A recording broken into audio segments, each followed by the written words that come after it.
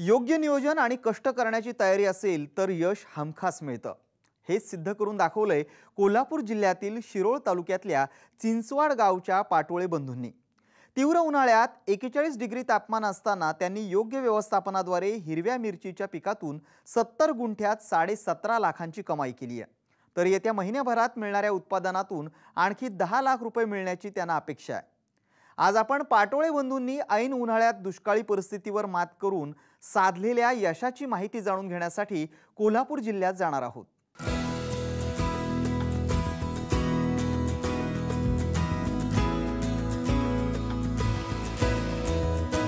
पाटोळे बंधूंची एकूण 10 एकर शेती आहे। यामध्ये 5 एकरावर ऊस, 3 एकर नवीन लागवडीसाठी तर उर्वरित 2 एकर पैकी 70 गुंठ्यावर ओल्या मिरचीचं पीक घेतलंय। उन्हाळ्यात ओल्या मिरचीला मिळणारा दर आणि सध्याची दुष्काळी परिस्थिती याचा विचार करून पाटोळे बंधूंनी डिसेंबर 2015 मध्येच मिरचीचं पीक घेण्याचं निश्चित केलं। त्यासाठी पूर्व मशागत केली। त्याचबरोबर महिनाभर 1000 मेंढ्या शेतात बसवल्या। त्यानंतर 4.5 फुटाची सरी सोडून बेडमध्ये बेसल डोसची मात्रा मिसळली। DAP, पोटॅश, निंबोळी पेंड याचा योग्य प्रमाणात वापर केला। त्यानंतर बेडवर ठिबक अंतरून मल्चिंग पसरलं।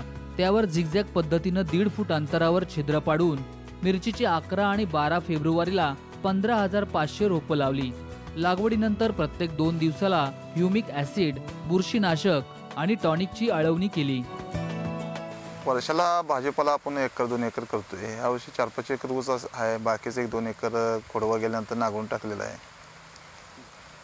आणि लवकर ऊस गेल्यानंतर आपण डिसेंबर महिन्यात मिरची करायचं नियोजन केले। सगळीकडे महाराष्ट्रात दुष्काळ असल्यामुळे मिरचीला चांगला बाजारभाव मिळेल या हिशोबाने आपण 70 गुंठ्यामध्ये मिरचीची लागण करायचं फिक्स करून त्याचं नियोजन केले। सुरुवातीला ऊस गेल्यानंतर उभी आडवी नांगरट वगैरे करून मेंढरे 20 दिवस बसवले। त्यानंतर शेणखत 4-5 टोल्या वाढले आणि बेड 4.5 फुटी सऱ्या सोडून आपण बेड तयार करून घेऊन त्यावर ड्रिप पाईपा वगैरे हातरून 30 मायक्रोचं मल्चिंग हे करून झिगझॅग पद्धतीने 1.5 फुटाला आपण 3 इंचाच होल पाडले। त्याच्यामध्ये आपल्याला 70 गुंठ्याला 15,500 रोपे लागले। लागवडीनंतर 30 दिवसांनी तारकाकाठी करून रोपाची पहिली बांधणी केली। त्यानंतर पहिला तोडा झाल्यावर दुसरी बांधणी केली। 30 दिवसात मिरचीला फुलकळीस सुरुवात झाली। 45 दिवसांनी पहिला तोडा हाती आला। पहिल्या तोड्याला साधारणपणे 1 टन मिरची मिळाली। ही मिरची जयसिंगपूर आणि सांगली या ठिकाणी विक्रीसाठी पाठवली। त्यानंतर दररोज मिरचीच्या तोड्याला सुरुवात झाली। आता साधारणपणे 500 किलो ते 1 टनापर्यंत दररोज मिरचीचं उत्पादन मिळतं। 28 मार्च पासून आतापर्यंत 35 टन मिरचीची विक्री करण्यात आली आहे। मिरचीला 50 रुपयांपासून 80 ते 85 रुपये प्रति किलो इतका भाव मिळालाय।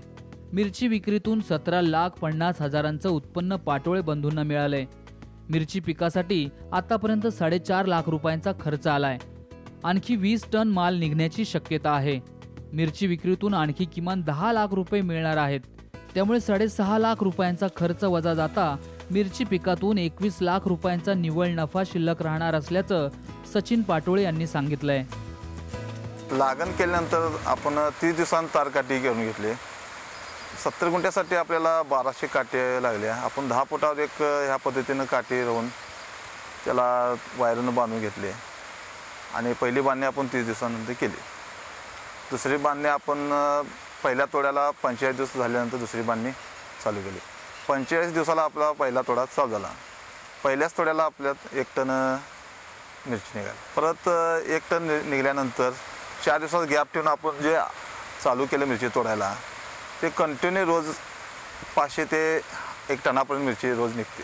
आता सरासरी सध्या 600 किलो दररोज मिरची निघते।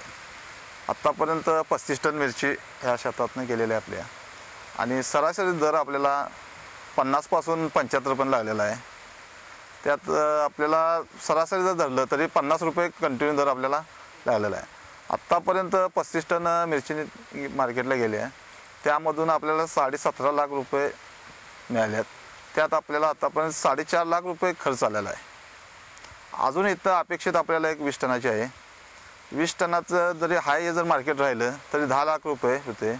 परत आपण एक 1.5 ते 2 लाख रुपये खर्च येणारच आहे त्याला। अशा पद्धतीने एक 20 लाखापर्यंत ह्या मिरची पिकापासून आपल्याला उत्पादन मिळेल अशी अपेक्षा आहे. येत्या वाढत्या उन्हामुळं आजूबाजूच्या शेतकऱ्यांचे मिरचीचं पीक वाया गेलंय.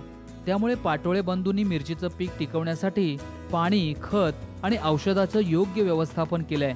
मिरचीला पाणी जास्त दिलं गेलं तर भुरी रोगाचं प्रमाण वाढत असल्याचं सचिन पाटोळे यांचा अनुभव आहे आणि पाणी कमी पडलं तर उत्पन्नात मोठी घट निर्माण होण्याची शक्यता असते. त्यामुळे तापमानातील चढ उतारानुसार पाण्याचं व्यवस्थापन करण्यावर पाटोळे बंधूंनी भर दिलाय. पाणी सुरुवातीला अर्धा ते 1 तास सोडत होते लागण झाल्यानंतर. आता मिरचीच तोडा चालू झाल्यापासून रोज किमान 1.5-2 तास कंटिन्यू पाणी सकाळी नाही तर रात्री सोडते. टेम्परेचर मधल्या काळात 41-42 वर गेल्यानंतर आम्ही थोडं पाणी अर्धा तास वाढवून 2 ते 2.5 तास असं सोडत होतो. आता आणि परत 36-37 टेम्परेचर आल्यावर आणि 1 तास अर्धा तास कमी करून 2 तासावर कंटिन्यू ठेवले. ह्या टेम्परेचरला प्लॉट टिकून ठेवायला बरेच नियोजन करावं. 2 दिवसाला औषधाची फवारणी आणि दररोज रासायनिक खत आपण ड्रीपमधून देतोय. रोज 12.5 किलो खत आपण ड्रीपमधून 0050, 05234, 134013, 1919 ह्या पद्धतीची खतं आपण रोज कंटिन्यू 12.5 किलो ड्रीपमधून सोडतो. पाटोळे बंधू दरवर्षी मिरचीचं उत्पादन घेतात, परंतु यंदाच्या दुष्काळी परिस्थितीमुळे नफ्यात वाढ झाल्याचं त्यांचं मत आहे. त्याचबरोबर 5 एकर ऊसाच्या उत्पन्नातून जेवढे पैसे मिळत नव्हते तेवढे पैसे केवळ 5 महिन्याच्या मिरची पिकातून मिळाल्यानं त्यांना समाधान आहे. त्यामुळे प्रत्येक ऊस उत्पादक शेतकऱ्यांनी थोड्याफार प्रमाणात तरी भाजीपाला शेती करावी असं सचिन पाटोळे यांचं मत आहे. पण बरेच वर्ष मिरची करतोय. गेल्या वर्षी देखील आपण होते, फक्त गेल्या वर्षी आपला 20 ते 25 रुपये, जास्तीत जास्त 30 रुपये दर आला. ह्या वर्षी सगळीकडे दुष्काळ असल्यामुळं हायेस्ट आपल्याला 80 ते 85 रुपये किलो हायेस्ट दर आपल्याला मिळाला. त्याच्यामुळे ह्या वर्षी आपल्या नफ्यात वाढ झाली. 4-5 एकर आता आपला ऊस आहे. त्या ऊसापेक्षा आपल्याला मिरची पिकातून बरेच नफा झालेला आहे. तरी शेतकरी बांधवांनी थोडा का असना भाजीपाला हे पीक कंटिन्यू ठेवावे. सचिन यांचे लहान बंधू युवराज पाटोळे मिरचीची तोडणी झाल्यानंतर विक्री व्यवस्थेचं काम पाहतात. बाजारात माल पाठवल्यानंतर होणारा सौदा, मिळणारा दर या सर्वांचा हिशोब ठेवण्याचं काम ते पाहतात.